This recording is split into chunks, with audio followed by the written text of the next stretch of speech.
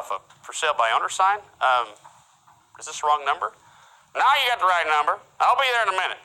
Excuse me? You're at the house, right? Yeah, I'll be there. Well, guy's kind of pushy, right? So I didn't really know what I was doing. I didn't know how I was going to buy this property. I had no clue. So he drives up. It's an old guy, like 75 years old.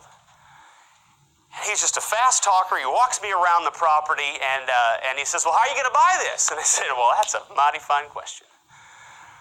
He says, well, do you have a loan? I said, oh, there's no way I could qualify for a loan. No way. He goes, well, I got some good, I should use his, I use some good idea for you, Phil.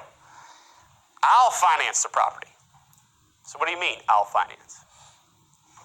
He was going to offer, since he owned the home with no loan on it, he was going to become the bank. So he would lend me the money. Now, at the time, I thought it was the greatest thing since sliced bread.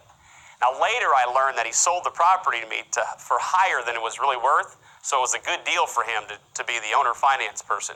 So, in other words, what happened was, he offered it to me for $150,000, 3-bedroom, 2-bath. Now, that was a little higher than it should have been, but I wasn't going to have to put down a down payment at all.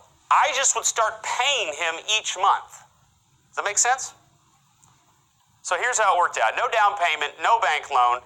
It was a 6% interest loan that I signed on, but he never checked my credit. He never asked how I was going to make the payment. He didn't even ask for a down payment. Does that make sense? Is that right? Interest only?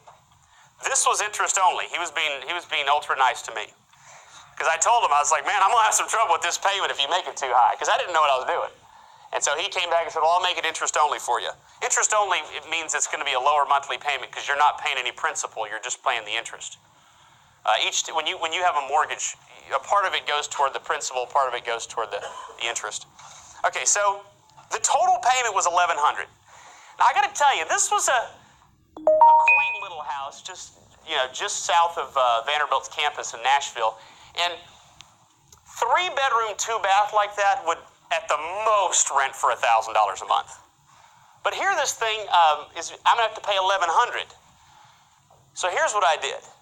I rented each of the 3 bedrooms for $500 apiece, and I brought in $1,500. The best part is the parents co-signed. Now here I am, I'm 22 years old, no clue what I'm doing. And